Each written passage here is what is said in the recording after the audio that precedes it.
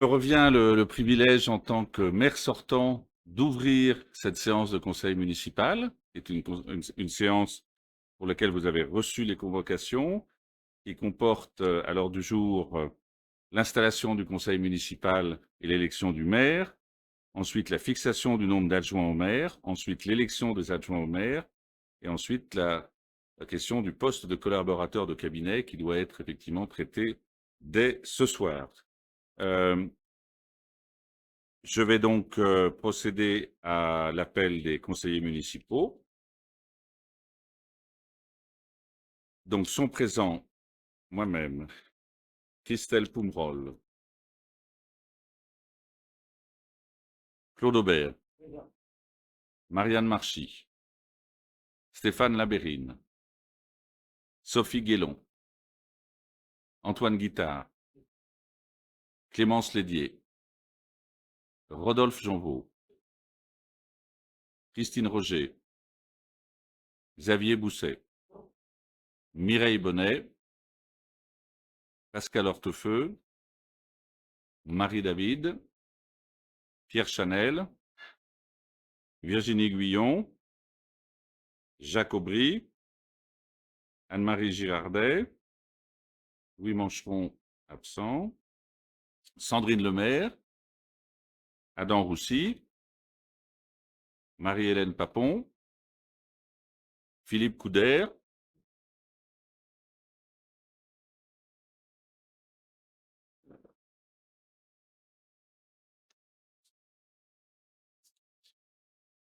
Denitsa Dubourg, Philippe Grèze, Josie Casanova, Valentin Dallacupéan, Géraldine Chex, Thomas Merzy, Céline Labonne, Franck Ratage, Julie Chanal et Rémi Pilon. Le quorum est très largement atteint.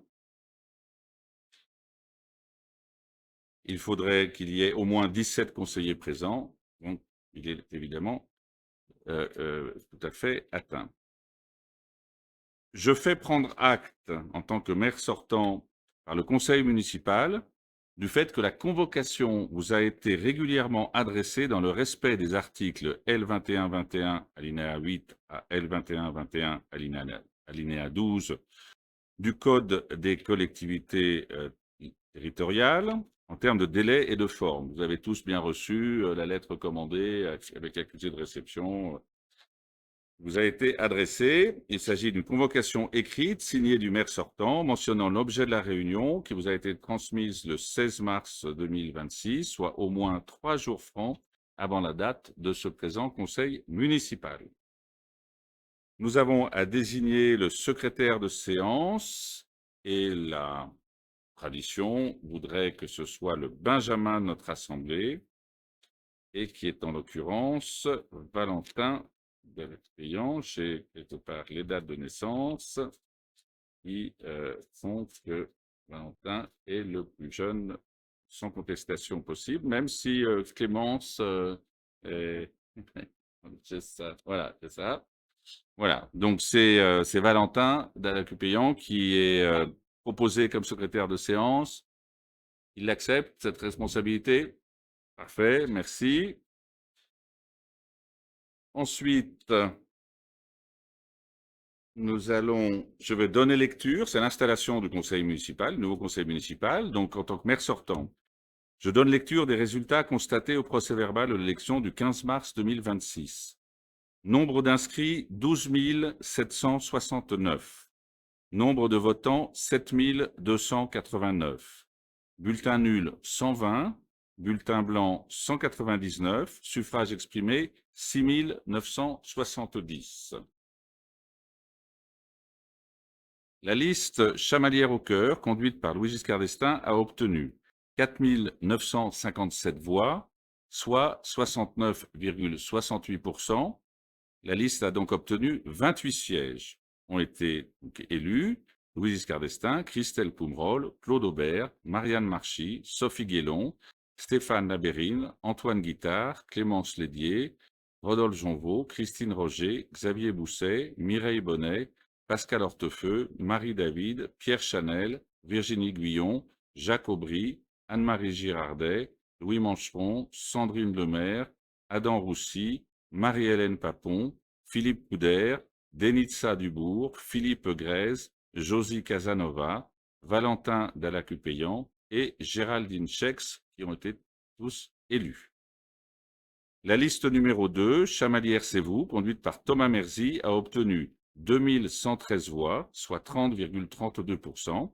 La liste a donc obtenu 5 sièges. Sont élus Thomas Merzy, Céline Labaune, Franck Ratage, Julie Chanal et Rémi Pilon.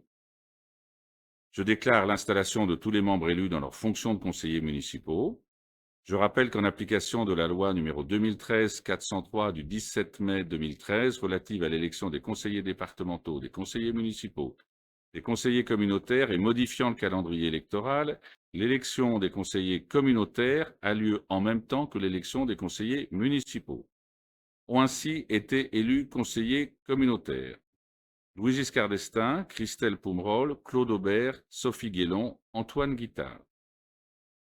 Je vous informe que chaque élu, vous avez à votre place une fiche d'information à compléter, une fiche de prévention du risque de conflit d'intérêts, le règlement intérieur de l'ancien mandat qui devra être soumis au vote dans les 6 prochains mois. Et une fois la séance du conseil municipal installée, c'est désormais au doyen de séance, à notre collègue Jacques Aubry, de présider le conseil dans l'attente de l'élection du maire. Je cède donc ma place à Jacques Aubry, doyen de la nouvelle Assemblée, président de séance.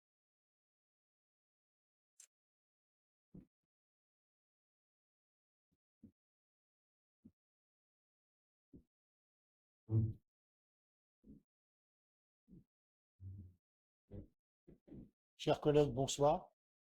Il me revient l'honneur, en tant que doyen de notre Assemblée, d'organiser le vote qui élira in fine notre prochain maire de la ville de Chamalières.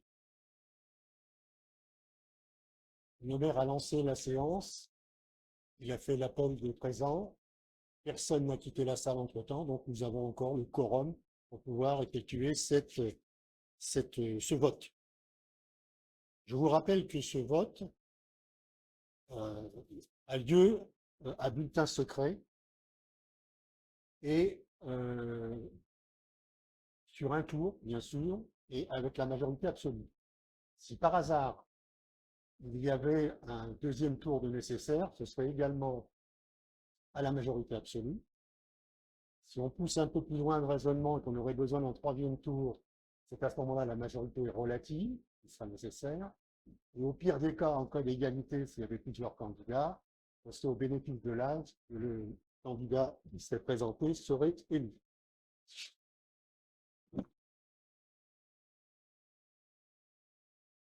Je vais maintenant proposer à l'ensemble du conseil municipal, alors je vais vous demander quels sont les candidats parmi vous qui postulent à la fonction de maire de la commune. Bien, je vais prendre la parole, je vais m'exprimer au nom de la liste Chamalières au cœur. Donc, nous présentons la candidature de Louis Giscard d'Estaing pour le poste de maire.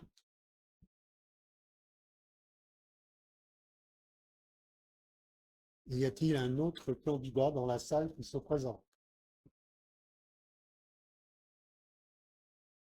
Pas d'autres candidatures? Si. Thomas? Donc au nom de la liste Chamalières c'est vous, nous présentons la candidature de Thomas Merzy. Oh. Bien. Donc nous avons deux candidats, M. Louis Giscard d'Estaing et M. Thomas Merzy. Nos services vont s'organiser pour établir des bulletins de vote pour chaque candidat.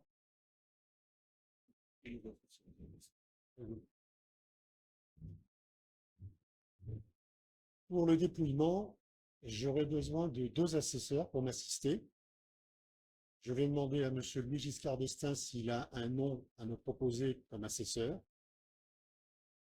je propose que Clémence Lédier soit l'assesseur pour notre part.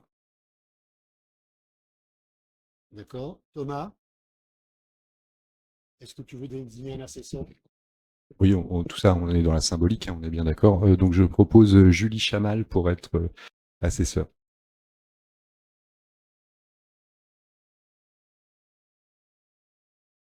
Donc, que ce soit Clémence et Julie, à la fin du vote, nous nous retrouverons près d'une table de dépouillement au fond de la salle pour effectuer le dépouillement. Voilà. On va prendre quelques minutes d'arrêt. Le temps que nos services... Oui, Thomas? Oui, est-ce qu'il y a un temps de prévu pour expliquer les raisons de ma candidature au poste de maire? Est-ce qu'il y a une prise de parole prévue? J'arrivais plus à me souvenir la dernière fois. Je regarde Louis, pardon. Je me souviens plus ce qu'on avait fait.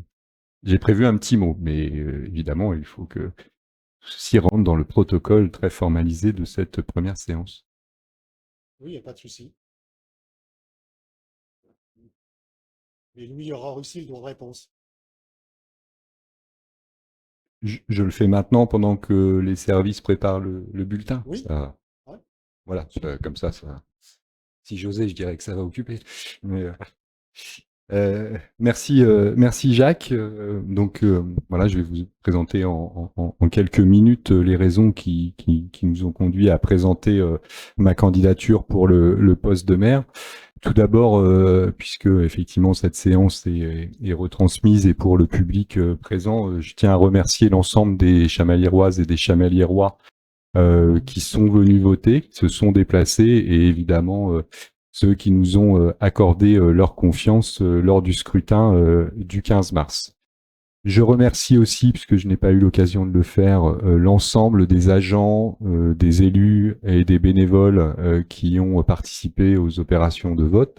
C'est une immense machine qui se met en place à chaque fois qu'il y a des élections. Sans eux, pas de démocratie locale et donc qu'ils soient très chaleureusement remerciés pour cet engagement du quotidien au service de la ville et de la démocratie et donc de la République française. Je souhaite aussi évidemment adresser mes remerciements à l'ensemble des colistiers, bien sûr les 4 qui m'accompagnent et que je suis très heureux de voir à mes côtés aujourd'hui, et plus globalement tous ceux qui s'engagent, donc évidemment tous ceux qui sont là autour de la table et ceux qui ne sont pas et qui étaient aussi sur votre liste, Louis, sans ces 33 colistiers, donc ces 66 personnes, il n'y aurait pas eu de liste, il n'y aurait pas eu de projet, et notre commune aurait rejoint le nombre trop important, selon moi, je sais qu'on partage ça, de communes où il n'y avait qu'une seule liste lors de ces élections. Et finalement, c'est bien tout le sens de la démocratie que de voir 2 projets s'affronter, voilà, être débattus dans l'espace public pendant un temps raisonnable, en toute convivialité. Claude verra à quoi je fais référence. Et donc voilà, c'est pour ça. Merci à tous ceux qui s'engagent. C'est de plus en plus rare et pourtant c'est, me semble-t-il, de plus en plus essentiel. 30% des électeurs nous ont fait confiance. C'est un score dont on est très fiers. Ils ont marqué, je crois, leur envie d'un nouvel élan et d'un renouveau. Mais évidemment, par contraste ou par mathématiques, 69 et un peu plus % ont souhaité que l'action conduite soit poursuivie.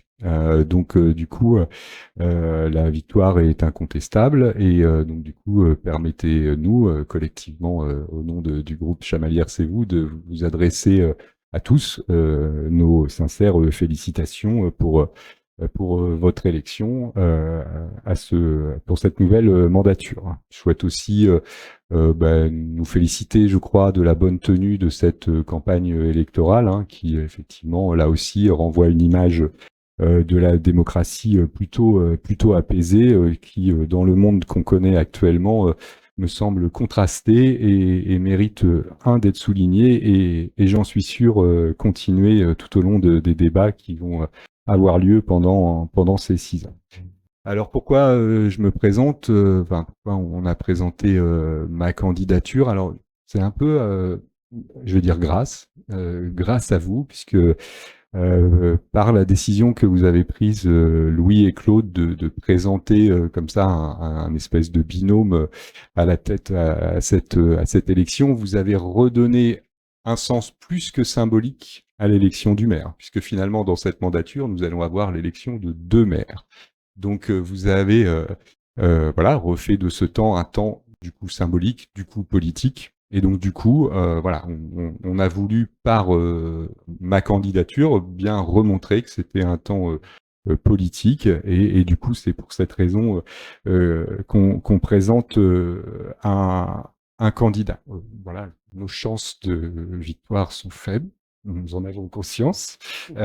Mais voilà, la politique est affaire de symboles et donc du coup, eh ben, nous les manions et c'est pour ça que je me présente. Nous serons une opposition vigilante. Nous saurons vous rappeler à vos promesses et vos engagements. Évidemment, nous ne manquerons pas de vous rappeler, si nous sommes en désaccord, les promesses que nous avions faites, et en espérant qu'ils seront aiguillés, challengés, pour reprendre des termes que j'ai souvent entendus, encore durant ces 6 ans. Vous connaissez ma conception, notre conception, qu'on a développée tout au long de cette campagne, qui n'est de pas être dans l'opposition systématique, pas dans l'attaque vaine et inutile, juste exigeant. C'est ce que nous continuerons de porter pendant ces 6 ans.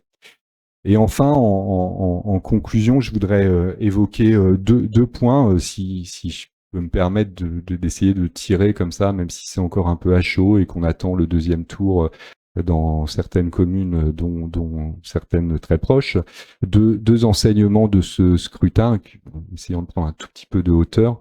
Un, c'est sur la participation. La participation dans notre commune a été relativement bonne, puisqu'elle a 58%, c'est plutôt un bon score. Pardonnez-moi, même si effectivement la vie est relative, donc on devrait s'en féliciter, je continue de trouver ce score trop faible. Nous continuons d'être tristes et malheureux quand 42% de nos concitoyens chamaliérois ne viennent pas voter, ne viennent pas choisir quelle ville ils veulent. Finalement, c'est leur ville, c'est leur école, c'est leur trottoir, c'est leur argent. Et du coup, je le regrette toujours. Et donc, du coup, je crois qu'infatigablement, il faudra, tant que les scores de l'abstention seront ceux-là, s'en émouvoir, le regretter et tout faire pour les inciter à venir voter. Et je pense que des débats apaisés comme on s'efforce de les faire, de montrer qu'on est là d'abord pour gérer l'intérêt général et l'intérêt local, sont de nature à renvoyer une image plus sereine de la politique qui malheureusement est abîmée, et pourtant c'est elle qui fabrique le collectif et le vivre ensemble. Et puis le deuxième enseignement de cette campagne, peut-être un tout petit peu plus politique, donc peut-être voilà, qui pourra susciter des réactions, mais je regrette, mais on l'a fait l'un et l'autre, et partout ailleurs ça a été à peu près comme ça. J'ai trouvé, alors le terme est fort, mais l'invisibilité de la métropole ou de la structure intercommunale. Ça tient en grande partie, j'ai beaucoup réfléchi à cette question, et ce depuis longtemps, au mode de scrutin, le fait que les citoyens élisent d'abord leurs conseillers municipaux, en quelque sorte dans leur esprit, même si sur le bulletin c'est le même, ils élisent d'abord des conseillers municipaux, d'abord un maire, même si on est juste, ils élisent d'abord un maire. Et pourtant, il y a bien tous les enjeux métropolitains qui étaient dans cette campagne électorale. On les a posés indirectement. Mais c'était toujours indirectement. Quand, par exemple, je vous renvoyais à la proximité, à l'état des voiries ou parfois des trottoirs, c'est à la métropole qu'il faut s'adresser. Donc j'aurais aimé si vous voulez, qu'il y ait un projet contre projet stricto sensu métropolitain. Mais ça, évidemment, ça repose la question du mode de scrutin. Mais exactement comme c'est le cas pour la participation, je pense qu'il faut qu'on continue de l'affirmer. Je pense que ce mode de scrutin de second rang conduit petit à petit à invisibiliser un peu nos structures intercommunales. Or, pourtant, l'immense majorité des enjeux, et notamment des enjeux structurants, d'avenir, alors effectivement la place de la voiture, donc, mais derrière, si on ne veut pas polémiquer, c'est plutôt les questions d'environnement, de transition écologique. Est-ce qu'on va garantir de l'eau à nos concitoyens? Comment on vit ensemble sur une telle échelle avec toutes ces infrastructures? Voilà, j'ai trouvé que finalement ça pourrait être posé plus directement dans le débat, mais c'est pas du tout, Louis, évidemment. Enfin voilà, c'est pour livrer une réflexion sur cette organisation finalement des collectivités locales en France et donc sur l'échelon communal comme on l'appelle. Voilà les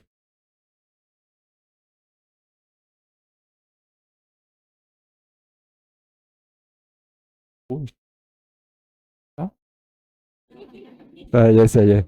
On retrouve les bons réflexes, hein. Les anciens le connaissent. Et voilà, c'est ça. Tu me le dis souvent, Philippe. Voilà. Et donc, pour toutes ces raisons, c'est pour ça que je me présente à l'élection de maire de Chamalières auprès de vous. Merci. Est-ce que vous voulez répondre à Thomas? Alors,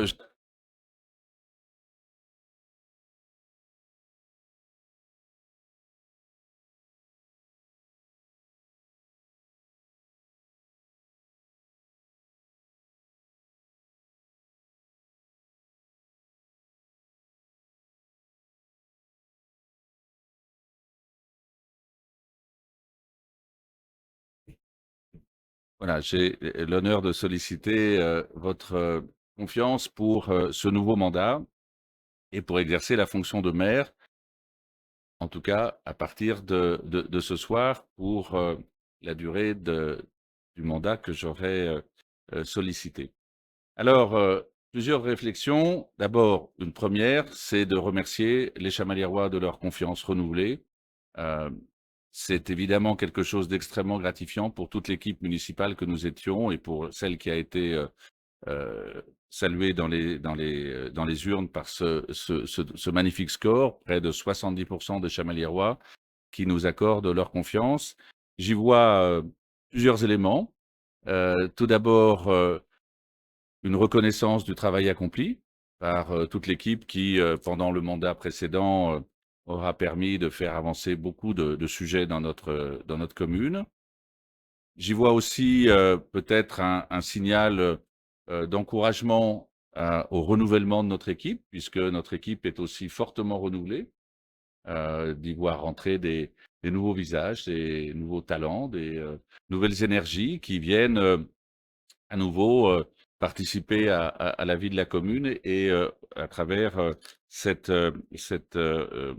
liste Chamalières au cœur 2026 renouvelée par rapport à celle qui était en exercice pendant le mandat précédent. C'est l'occasion aussi de remercier tous les élus qui ne sont plus avec nous aujourd'hui, mais qui ont participé à la vie de la commune pendant le dernier mandat et qui ont, par leur travail, par leur engagement, aussi concouru à ce magnifique résultat.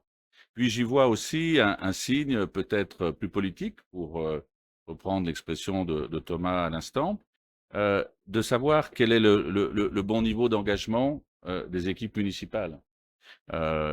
Thomas a évoqué la question de la relation avec l'échelon de l'intercommunalité. Nous croyons fortement à la force de l'engagement municipal. C'est pas un constat qui arrive comme ça, puisque on l'a exprimé à de nombreuses reprises. Le niveau d'élection, le niveau qui est celui que l'on vient de constater dans certaines communes, qui sera l'objet du vote du deuxième tour dimanche prochain, le niveau d'élection, c'est le niveau municipal, c'est la commune.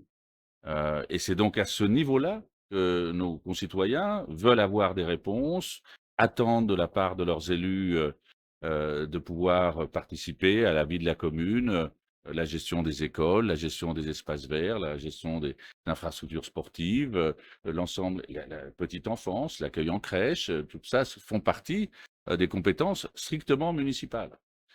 Après, des lois ont été votées par des assemblées nationales auxquelles je ne participais plus, en ce qui concerne en tout cas la loi NOTRe. Et donc, c'est des lois qui ont créé des obligations d'aller vers plus d'intercommunalité ou de transférer des compétences au niveau de l'intercommunalité.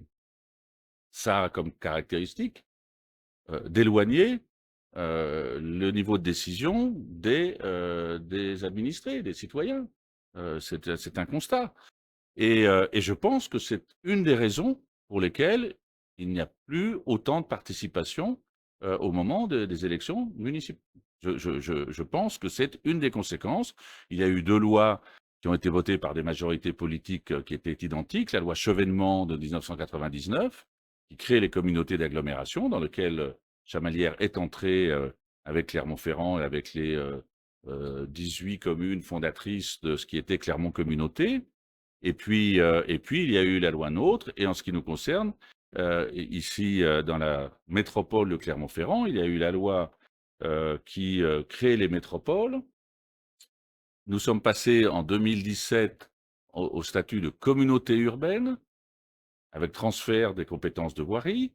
Et ensuite, on est passé dans la foulée, 2018, au statut de métropole. À la suite de la décision prise par le président de la République, François Hollande, à l'époque, de créer des grandes régions, ce que personne ne lui avait demandé de faire, qu'il a fait dans des conditions de non-concertation de la population. C'était l'occasion de faire un référendum, de demander aux Auvergnats s'ils voulaient être avec Rhône-Alpes et de demander aux Rhône-Alpins s'ils voulaient être avec l'Auvergne. Voilà. Cette absence de démocratie à ce niveau de responsabilité a conduit à la création d'une grande région, a conduit à ce que, par ailleurs, le statut de métropole soit donné par dérogation à Clermont-Ferrand, parce que Clermont-Ferrand perdait le statut de préfecture de région à cause de cette fusion. Et c'est la raison pour laquelle nous sommes devenus métropole, alors qu'au départ, les métropoles devaient avoir 500 000 habitants.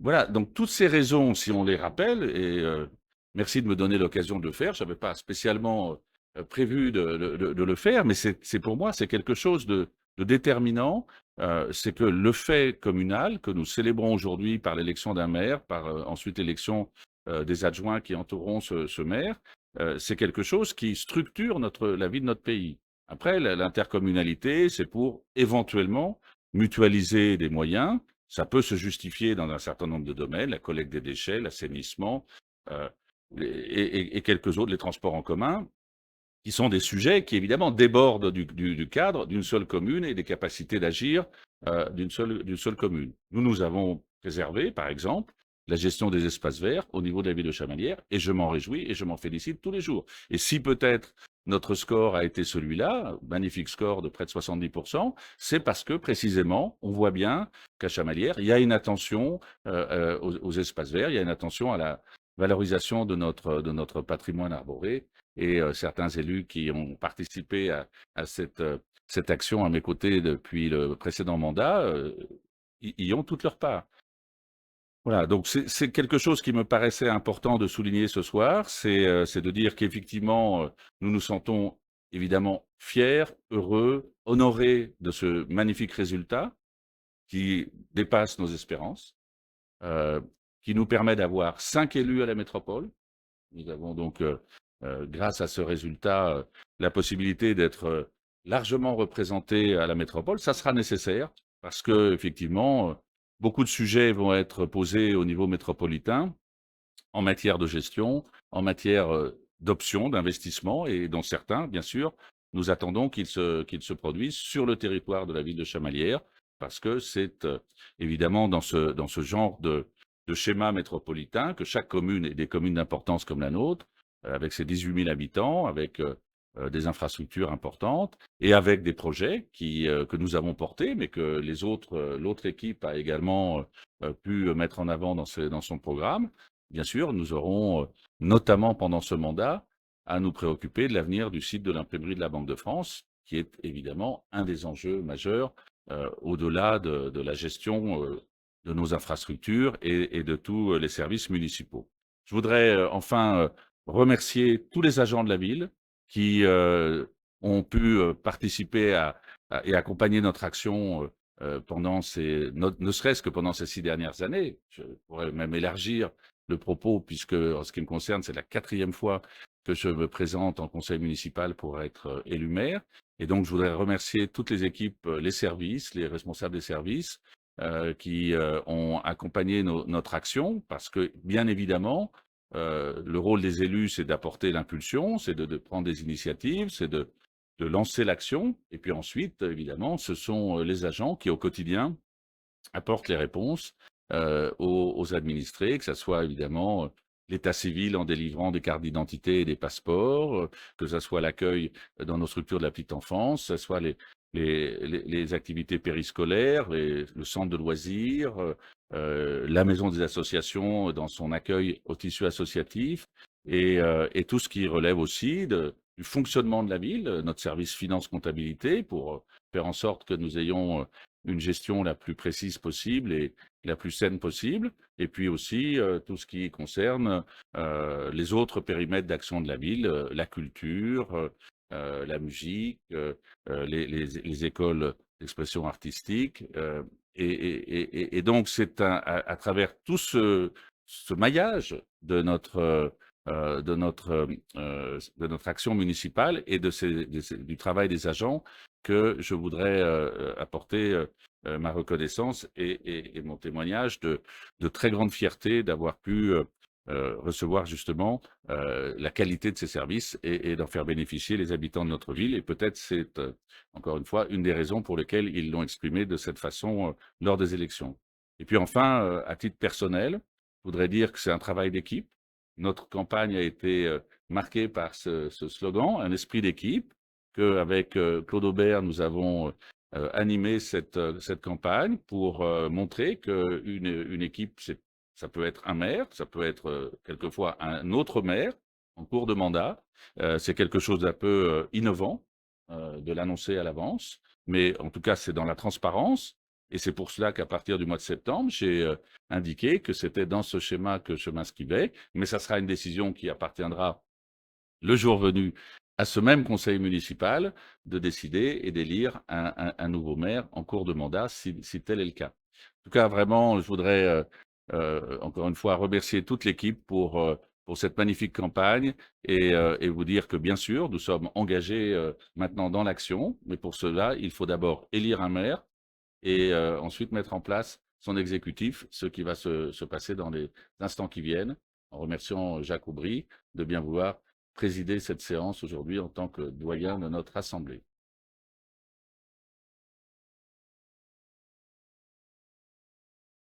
Au point d'ordre de cette séance, à savoir l'élection du maire, nos services vont passer parmi vous pour vous donner les bulletins de vote correspondant aux 2 candidats.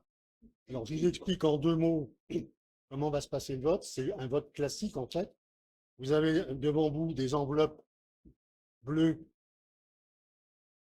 dans lesquelles vous pouvez mettre le nom de votre candidat ou un bulletin blanc qui est attaché après les enveloppes, voire éventuellement une enveloppe vide. Pour ce vote, vous avez 2 solutions. Soit rester à votre place pour faire votre vote, soit, si vous le souhaitez, vous avez un isoloir qui est à l'entrée, là. Si vous souhaitez y passer, c'est votre droit, vous pouvez le faire. Une fois que tout le vote sera terminé, je vous appellerai nominativement les uns après les autres, afin que M. Puissochet, qui est le directeur adjoint des services, passe devant vous avec l'urne dans laquelle vous déposerez votre enveloppe. Et ensuite, nous passerons au dépouillement.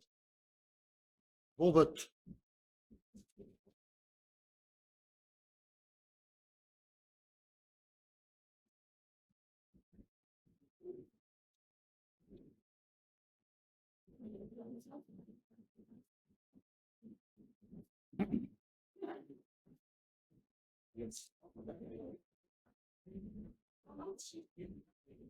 Oui, mais là, j'ai préféré qu'on fasse comme ça.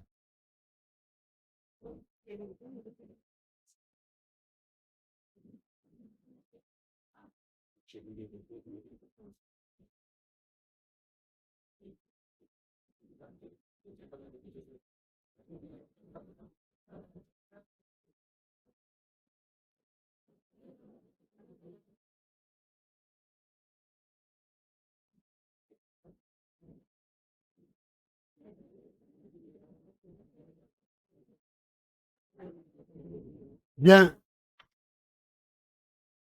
Tout le monde a effectué son vote?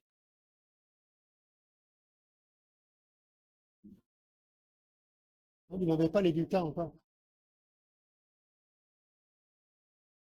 Oui, je l'ai vu passer, je croyais qu'il avait fait tout le tour. Eh bien, nous allons patienter quelques minutes. C'est pas grave.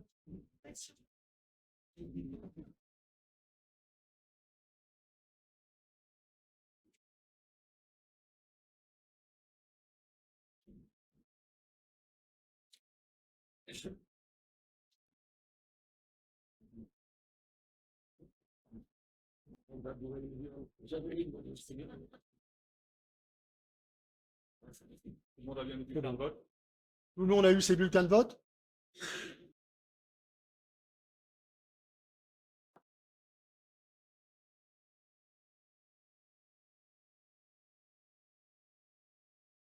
C'est bon? On peut passer à l'appel? Bien. Alors, j'appelle pour le vote Louis Giscard d'Estaing, Christelle Poumrol, Claude Aubert, Marianne Marchy, Stéphane Labérine, Sophie Guélon, Antoine Guittard,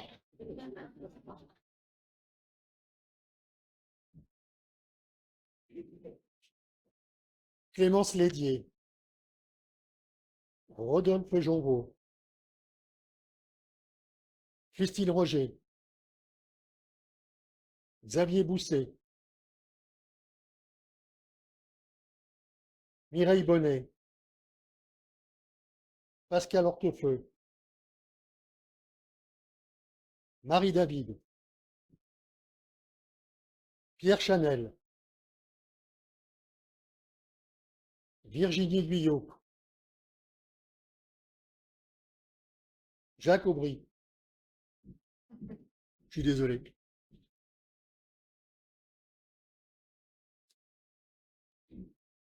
Anne-Marie Girardet,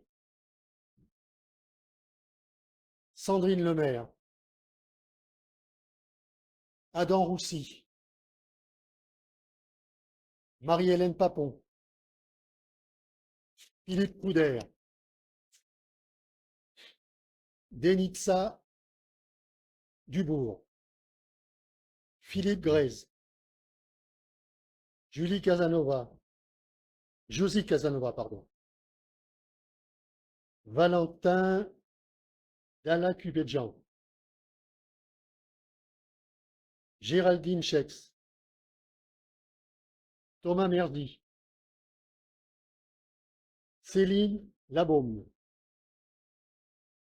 Franck Ratage, Julie Chanal et enfin Rémi Pilon.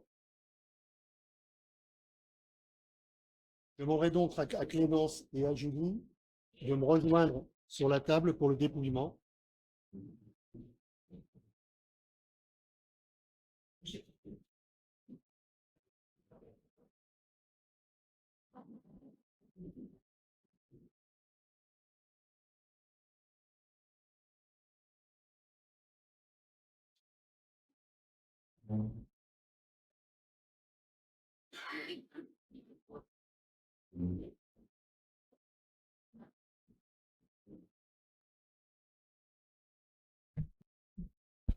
Merci.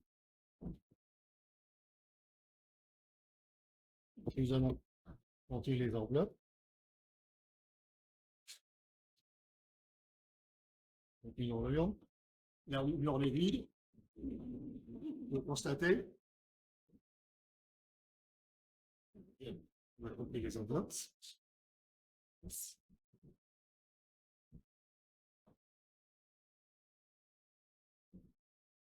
vais faire un peu plus.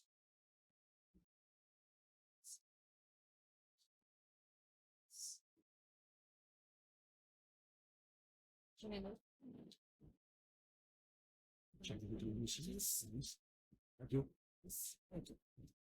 Bien, donc 32 votants, 32 exprimés.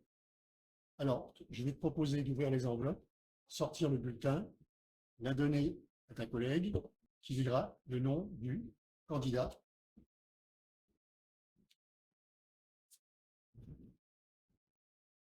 Louis Giscard d'Estaing.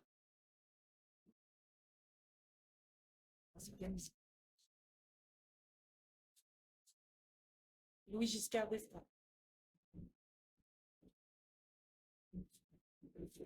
Comme dimanche. Thomas Merci. Je vais vous asseoir, moi. Non, t'inquiète, pas de souci. Thomas Merci.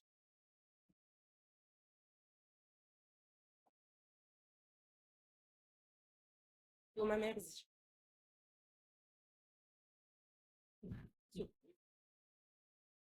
Louis Giscard d'Estaing.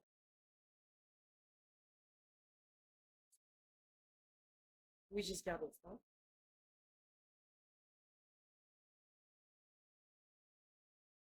Louis Giscard d'Estaing.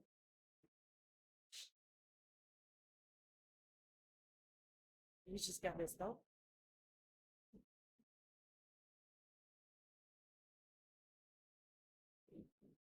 Louis Giscard d'Estaing.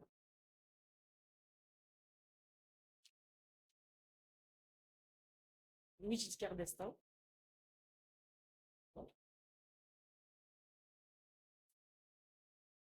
Thomas Merci.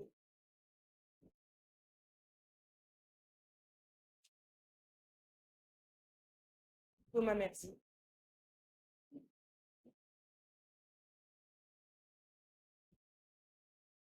Louis Giscard d'Estaing.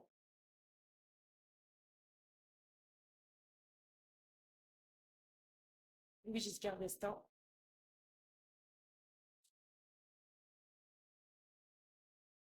Louis Giscard d'Estaing.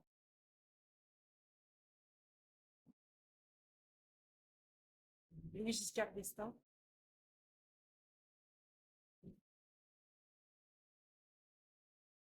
Louis Giscard d'Estaing.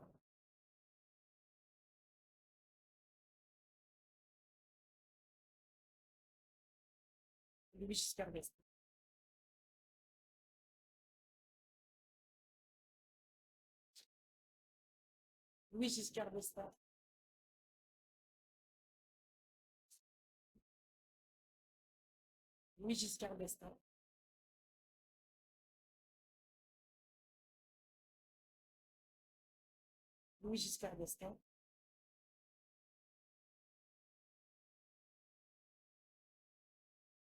Louis Giscard d'Estaing.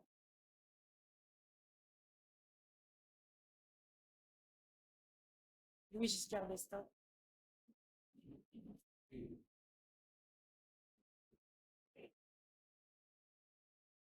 Louis Giscard d'Estaing.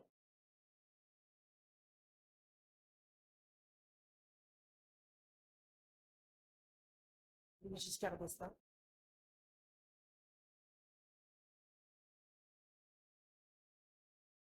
Louis Giscard d'Estaing. Louis Giscard d'Estaing.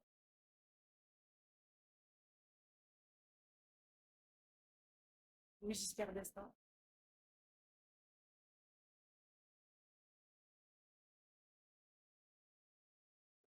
Louis Giscard d'Estaing.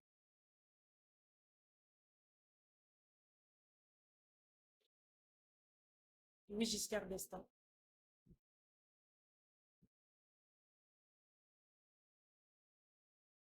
Louis Giscard d'Estaing.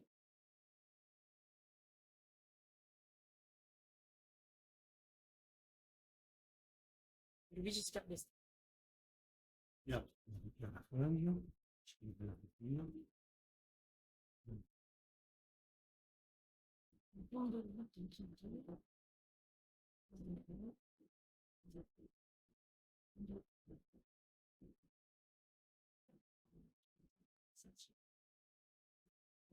Diable, Louis Giscard d'Estaing.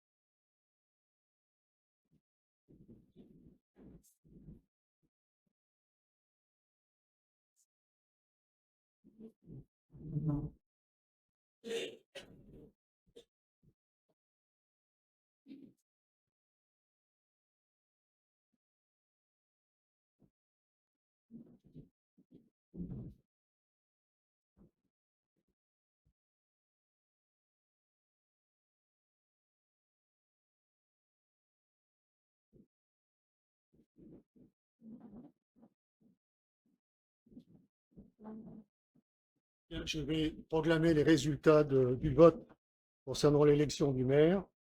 Nombre de votants 32, bulletins nuls et bulletins blancs 0, exprimés 32, donc la majorité est à 17. Ont obtenu Louis Giscard d'Estaing 27 votes, Thomas Merdy 5 votes. Je proclame donc officiellement Monsieur Louis Giscard d'Estaing, maire de Chamalières, et je vous demande de l'applaudir pendant qu'il vient rejoindre sa place.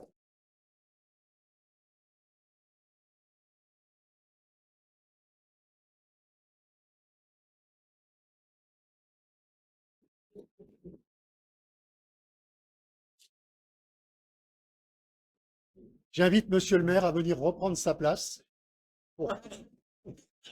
pour poursuivre l'ordre du jour.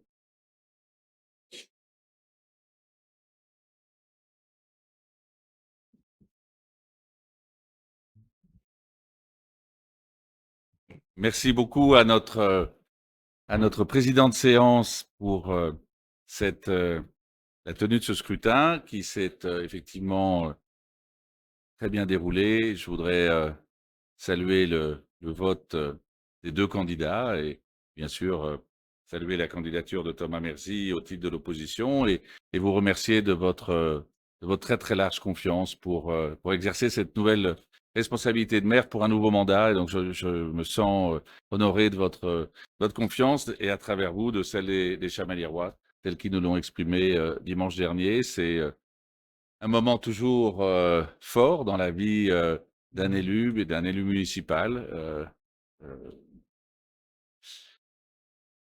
C'est pour moi ma 5e élection en réalité comme maire de Chamalières, puisqu'elle a commencé le 17 mai 2005, en cours de mandat, à la disparition de Claude Wolf. Je voudrais rendre hommage à la mémoire de mes prédécesseurs maires de Chamalières, qui figurent tous sur ce tableau. Alors je ne sais pas si la caméra peut se tourner vers ce tableau. Sur ce tableau, vous avez à la droite du tableau, vous avez évidemment le cas illustre de Pierre Chatrousse, qui est en arrière-plan, qui est l'avant-dernier personnage sur la droite du tableau. Pierre Chatrousse, qui a été maire de Chamalières de 1919 à 1967, pendant 48 ans. Bon, c'est quelque chose de tout à fait remarquable. En 1967, il se sentait un petit peu fatigué, on peut le comprendre, et il s'est retiré du conseil municipal. Il y a eu une élection partielle. 3 nouveaux conseillers municipaux sont venus rejoindre l'équipe municipale de Pierre Chatrousse. Il s'agissait de Valéry Giscard d'Estaing, de Claude Wolf et de Roger Arcambal, qui ont été élus. Donc il y a eu une élection municipale partielle. Ils ont rejoint le conseil municipal et ils ont été à même d'élire un nouveau maire. Et c'est ainsi que Valéry Giscard d'Estaing est devenu maire de Chamalières à la fin de l'année 1967, qu'il l'est resté jusqu'en 1974, qu'il avait entre-temps été réélu au suffrage universel aux élections municipales de 1971, et puis en 1974, c'est la place à peu près là où est Claude aujourd'hui, de cette place ici, il fait sa déclaration de candidature à l'élection présidentielle, et il prononce depuis cette salle cette phrase devenue célèbre: « Je veux regarder la France au fond des yeux, qu'elle entende mon message et pour que j'entende le sien ». Et cette campagne présidentielle a été marquée par deux phénomènes électoraux exceptionnels sous la Ve République, tout à fait exceptionnels. Le plus fort taux de participation de toutes les élections présidentielles. Au deuxième tour, 87% de participation. Et la plus forte remontada jamais enregistrée sous la Ve République, puisque le candidat arrivé en tête au premier tour s'appelait François Mitterrand, avec plus de 43% des voix, que lors des deux élections présidentielles précédentes, celle du général de Gaulle en 1965 et celle de Georges Pompidou en 1969, les deux candidats arrivaient en tête, le général de Gaulle en 65 avec 44% des voix et le même score pour Georges Pompidou en 1969, eh bien, ils sont élus au deuxième tour. Et le seul cas où un candidat ayant obtenu 43% des voix est battu au deuxième tour, c'est 1974, avec une remontada exceptionnelle pour arriver à ce score de 50,8% des voix au deuxième tour. Et c'est ainsi que le maire de Chamalières est devenu président de la République française en 1974 pour mettre en œuvre son programme en faveur de la démocratie française dont on mesure encore aujourd'hui toutes les traces, toute l'empreinte dans notre vie politique. Le droit de vote et la majorité civile a baissé de 21 à 18 ans. Bien sûr, des droits nouveaux pour les femmes, et en particulier avec la loi Veil sur l'IVG, mais aussi des droits pour les consommateurs, avec l'introduction dans la loi Scrivener du droit de rétractation dans les contrats de vente.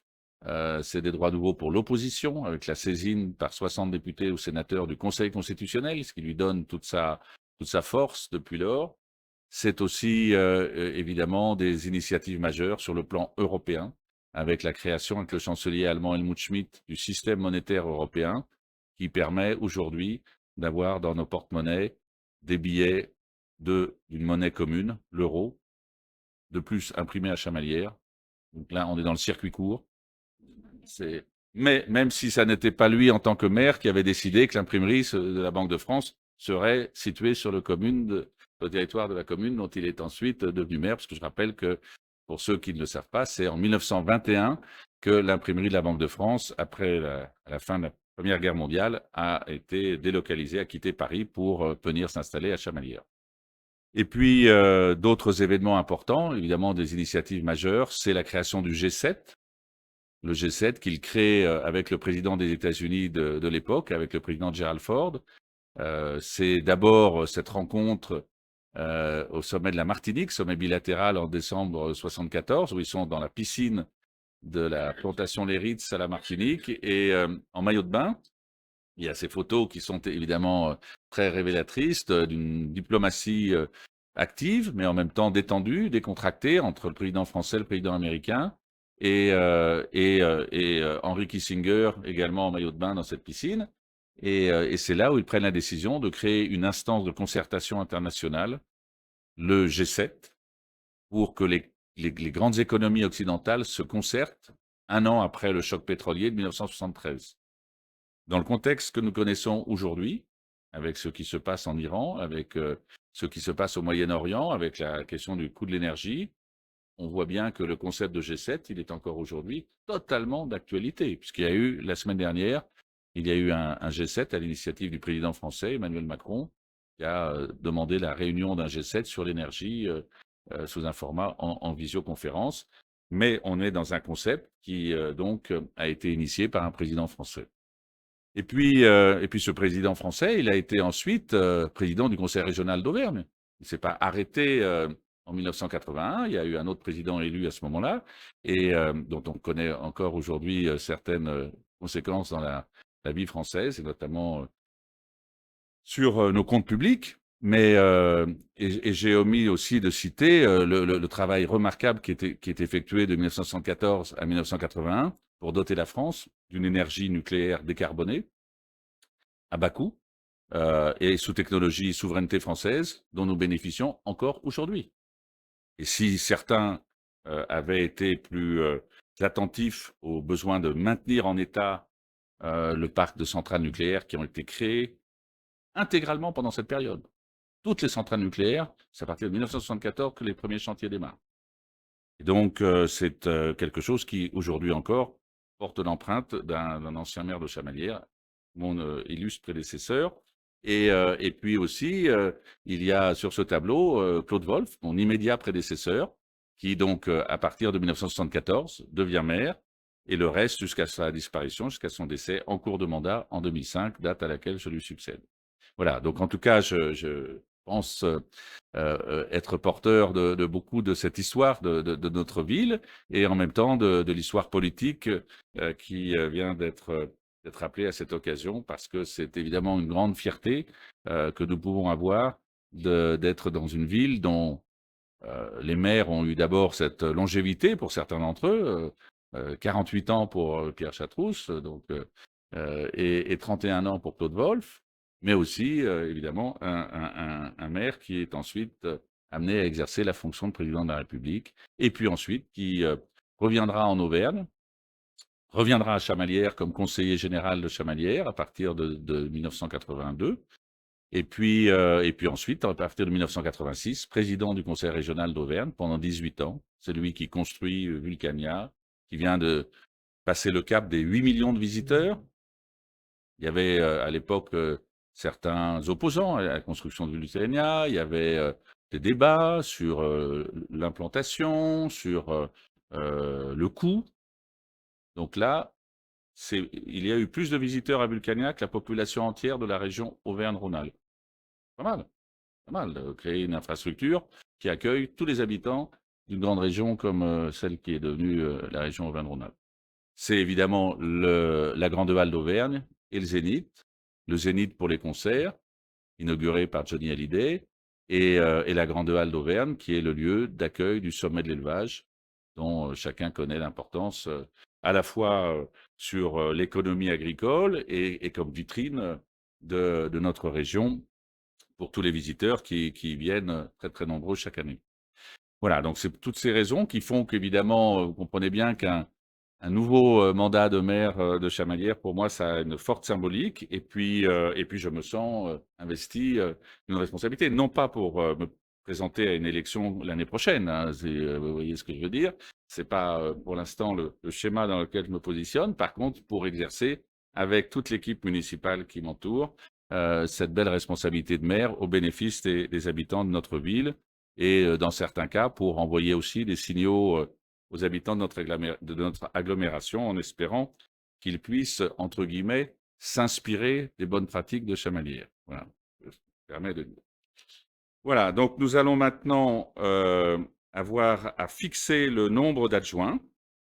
Donc le conseil municipal doit délibérer pour fixer le nombre d'adjoints au maire en vertu de l'article 21-22 alinéa 2 du Code général des collectivités territoriales. Ce nombre ne peut excéder 30% de l'effectif global du conseil municipal. Il est donc pour Chamalières de 9 maximum et ne peut être inférieur à 1. Je vous propose de fixer à 9 le nombre d'adjoints au maire et je vous demande de bien vouloir en délibérer. Y a-t-il des oppositions? Y a-t-il des abstentions? Je vous remercie. Donc, nous aurons la possibilité d'élire 9 adjoints.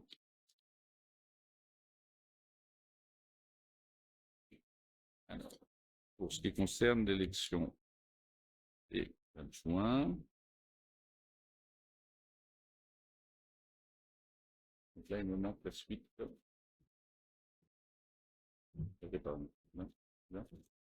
OK. Alors, donc nous allons en venir, en fait, oui, c'est le rapport numéro 3. C'est le rapport numéro 3.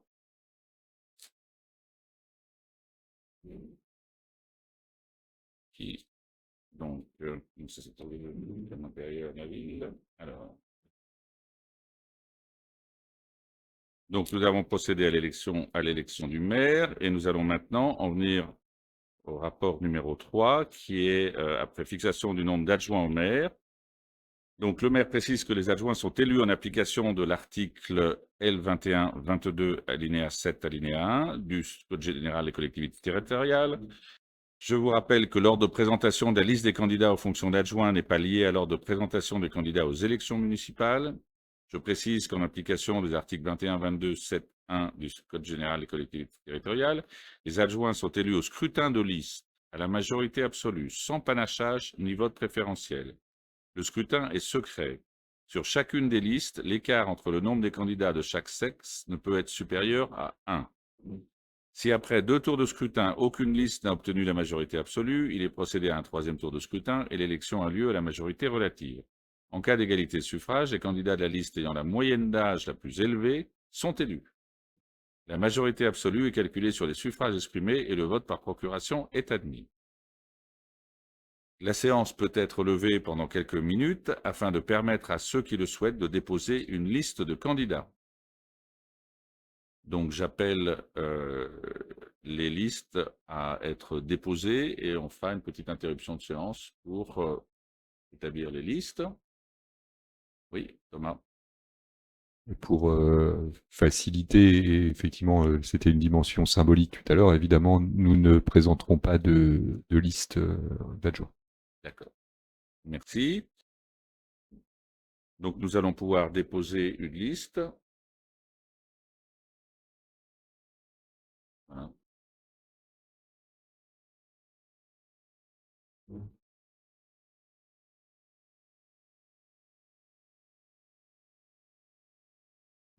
Donc la liste qui va être soumise à votre vote est la liste des adjoints dans cet ordre.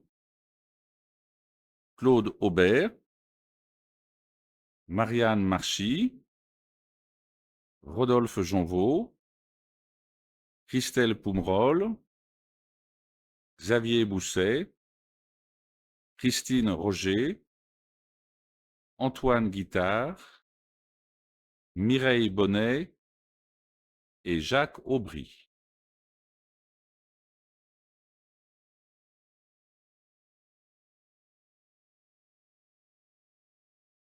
Alors, non, il y a les services ont eu la possibilité, en m'entendant, de transférer ces informations sur des bulletins. Et donc, pas besoin d'interruption de séance? Non? Vous êtes prêts? D'accord, donc vous allez pouvoir distribuer les bulletins. Merci.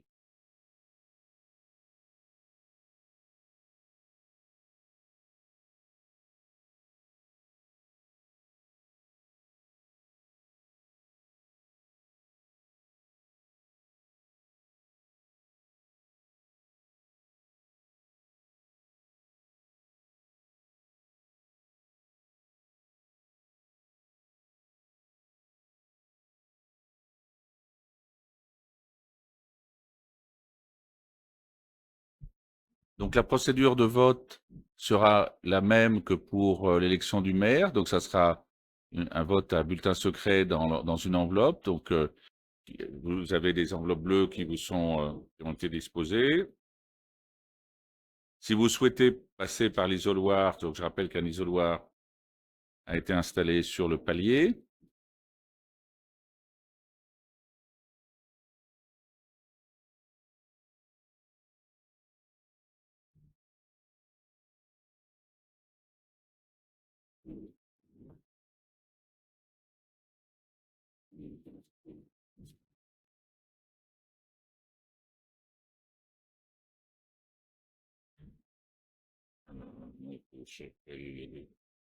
Voilà. La feuille de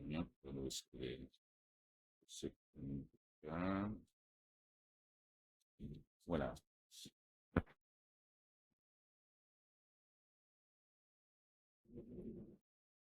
D'accord. Voilà, c'est pas de confusion. Donc, nous allons pouvoir appeler, procéder au vote. Donc, c'est dans l'ordre suivant. Donc, je commence le vote.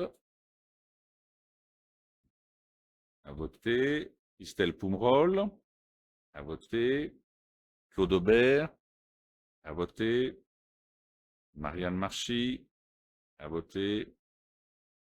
Stéphane Labérine. Sophie Guélon.